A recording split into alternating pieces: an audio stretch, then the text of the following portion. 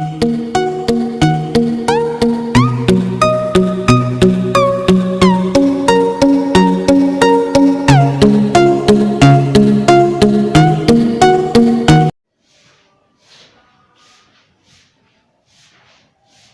छात्र, आज हम कक्षा 10 की मनोहरी गणित में प्रश्नावली 2B के प्रश्नों का हल समझेंगे। तो प्रश्नावली 2B में आज हम लोग प्रश्न 10 का हल समझेंगे। तो प्रश्न 10 जो है हम लोग पहले पढ़ते हैं कि प्रश्न आपका क्या कह रहा है। प्रश्न कहता है एक द्विघात बहुपद ज्ञात कीजिए जिनके शून्यकों के योग तथा गुणनफल क्रमशः दी गई संख्याएं हैं। यानी कि हमें यहाँ पे शून्यकों का योग तथा गुणनफल दे रखा है और हमें यहाँ पे हमें जो है इस प्रश्न में द्विघात बहुपद जो है निकालना है। तो इसके लिए आप लोग क्या करेंगे, सबसे पहले हम आपको कुछ फार्मूले बताना चाहेंगे। तो फार्मूले देखिए इसके क्या हैं। तो देखिए अगर हम बात करें द्विघात बहुपद, तो देखिए द्विघात बहुपद जब निकालना होता है तो आपका सूत्र होता है x square minus alpha plus beta x और प्लस का आपका क्या होता है अल्फा बीटा।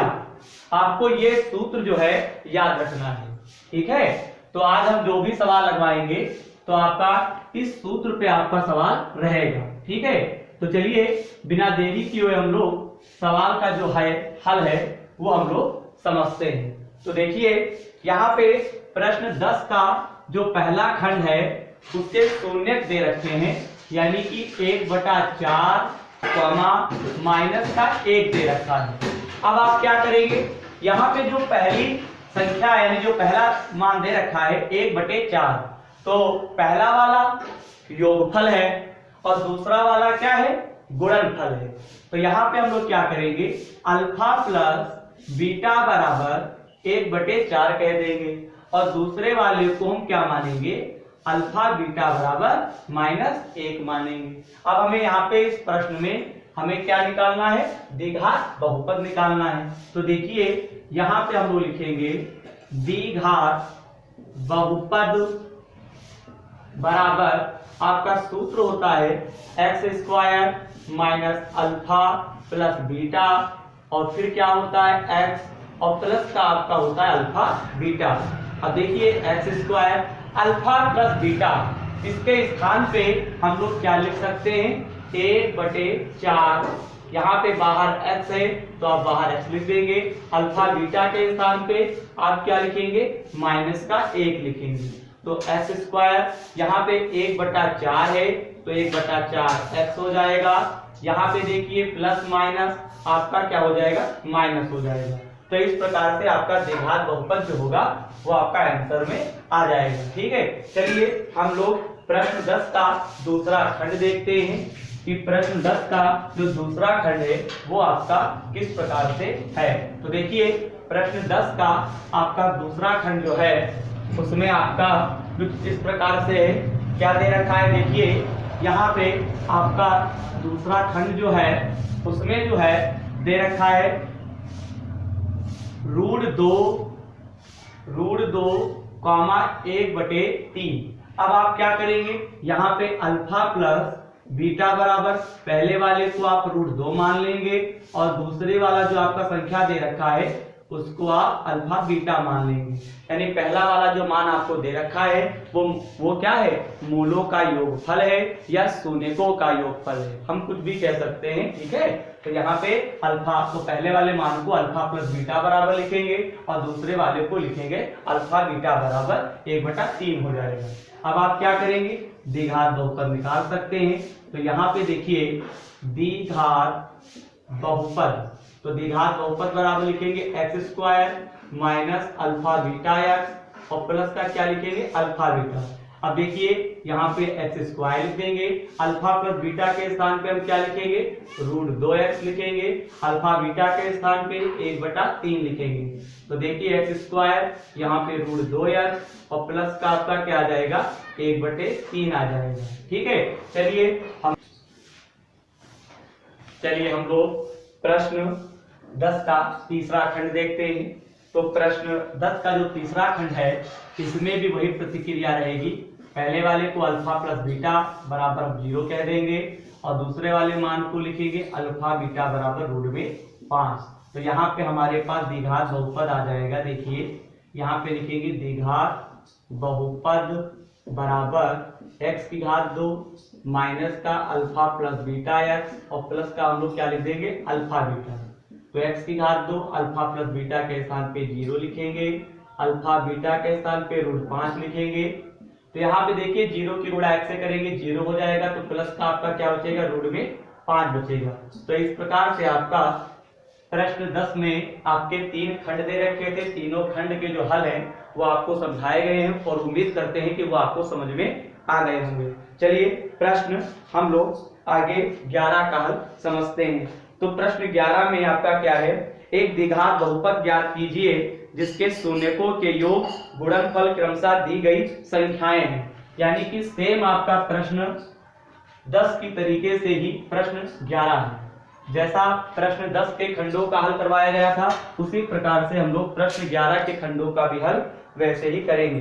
तो देखिए प्रश्न 11 का आपका पहला खंड जो है उसमें आपका जो है 1,1 दे रखा है। तो आप क्या करेंगे, अल्फा प्लस बीटा बराबर 1 कह देंगे, अल्फा बीटा बराबर 1 कह देंगे। अब यहाँ पे लिखेंगे द्विघात बहुपद बराबर, तो द्विघात बहुपद बराबर लिखेंगे x² minus alpha plus beta x plus का लिखेंगे अल्फा बीटा।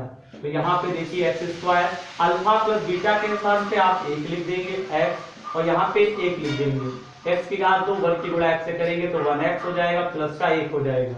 चलिए हम लोग दूसरे खंड का हल समझते हैं। तो दूसरे खंड में आपका दे रखा है माइनस का 1/4 1/4। अब आप क्या करेंगे, यहाँ पे लिखेंगे अल्फा प्लस बीटा बराबर माइनस का 1/4, अल्फा बीटा बराबर लिखेंगे 1/4। अब हम क्या करेंगे, इसका द्विघात बहुपद निकाल लेंगे। तो यहाँ पे लिखेंगे द्विघात बहुपद बराबर x की घात 2 minus alpha plus beta x और प्लस का हम लिख देंगे अल्फा बीटा।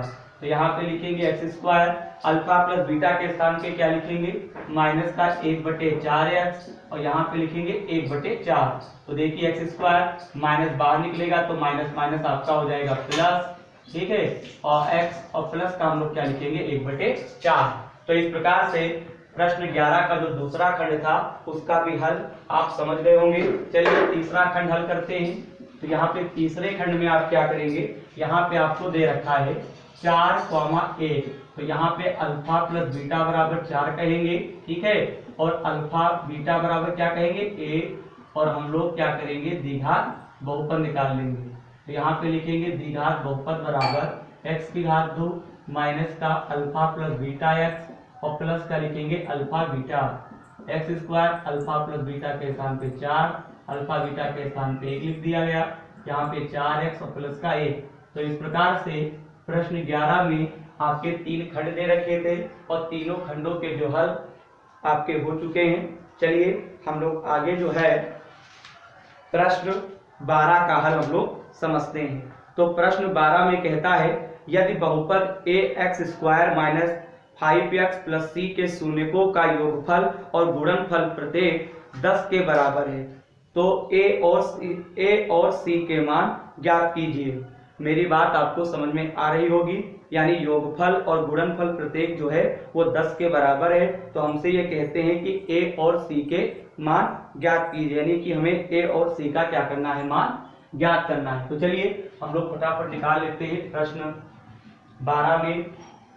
प्रश्न 12 का हल हम जल्दी समझ लेते हैं। तो प्रश्न 12 का जो हल है, सबसे पहले हम लोग क्या करेंगे, यहाँ पे हम बहुपद उतार लेते हैं। यहाँ पे बहुपद दे रखा है ax² माइनस का यहाँ पे 5x प्लस का यहाँ पे c दे रखा है। अब यहाँ पे हमसे कहता है शून्यकों का योगफल। तो सबसे पहले काम करिए, आप तुलना करते हैं। यहाँ पे लिखेंगे ax स्क्वायर प्लस का bx प्लस c बराबर 0 से यहाँ पे हम लोग करेंगे तुलना करने पर।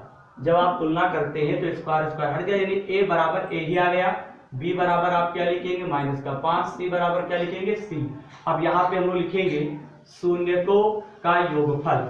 प्रश्न में शून्यकों का योगफल बराबर, शून्यकों का योगफल बराबर आपका सूत्र होता है, पिछली वीडियो में पढ़ाया था, -x का गुणांक और बटे में लिखेंगे x स्क्वायर का क्या लिखेंगे, गुणांक लिखेंगे। तो यहाँ पे देखिए सबसे पहली चीज तो ये है शून्यकों का योगफल और गुणनफल 10 के बराबर, यानी इसके स्थान पे हम लोग क्या लिख सकते हैं 10। तो यहाँ पे 10 लिख देंगे और x का गुणांक हमारा कितना है, देखिए x का गुणांक हमारा जो है वो अगर हम बात करें वो कितना दे रखा है, देखिए x का गुणांक -5 है। तो यहाँ पे देखिए x का गुणांक कितना है, -5 दे रखा है। तो यहाँ पे आप क्या करेंगे, x का गुणांक आपको -5 दे रखा है, माइनस सूत्र में, तो माइनस माइनस आपका प्लस हो जाएगा। x स्क्वायर का गुणांक कितना है, a है। तो यहाँ पे हम क्या करेंगे, a लिख देंगे। उम्मीद करते हैं मेरी बात आपको समझ में आ रही होगी। देखिए यहाँ पे हमने तुलना कर दिया है, तो जैसे देखा है तुलना का कोई मतलब यहाँ पे नहीं है, लेकिन कोई बात नहीं, कर दिया गया है तो कोई दिक्कत नहीं है। अब यहाँ पे हम लोग क्या करेंगे, a को ले जाएंगे 10 के स्थान पे और 10 आ जाएगा a के स्थान पर। तो 5 एकम 5, 5 दूनी 10। तो यहाँ पे a का मान हमको कितना प्राप्त हुआ, 1/2 प्राप्त हुआ। अब हम लोग क्या करेंगे, यहाँ पे लिखेंगे शून्यकों का गुणनफल। तो शून्यकों के गुणनफल का सूत्र होता है क्या, अचर पद बटे में x स्क्वायर का क्या होता है आपका गुणांक। तो देखिए शून्यकों का गुणनफल भी आपका 10 दे रखा था। अचर पद, देखिए अचर पद इसमें क्या है, c दे रखा है, तो ऊपर हम यहाँ पे c लिख देंगे और x स्क्वायर का गुणांक कितना है, देखिए यहाँ पे a दे रखा है। मेरी बात आपको समझ में आ रही होगी। अब यहाँ पे 10 लिख देंगे और यहाँ पे a के स्थान पे लिखेंगे 1/2। अभी देखिए 2 आपका, क्योंकि a का मान हमें पहले से निकाल चुके हैं 1/2, तो 1/2 रखेंगे, 2 आपका ऊपर जाएगा, तो 10 बराबर आपका 2c आ जाए। 2 एकम 2, 2 पंचे 10, यानी c का मान हमको कितना प्राप्त हुआ, 5 प्राप्त हुआ। तो इस प्रकार से प्रश्न 12 में हमसे कहता था a और c के मान जो है ज्ञात कीजिए। तो a का मान हमें प्राप्त हुआ है 1/2 और c का मान हमें प्राप्त हुआ है 5। तो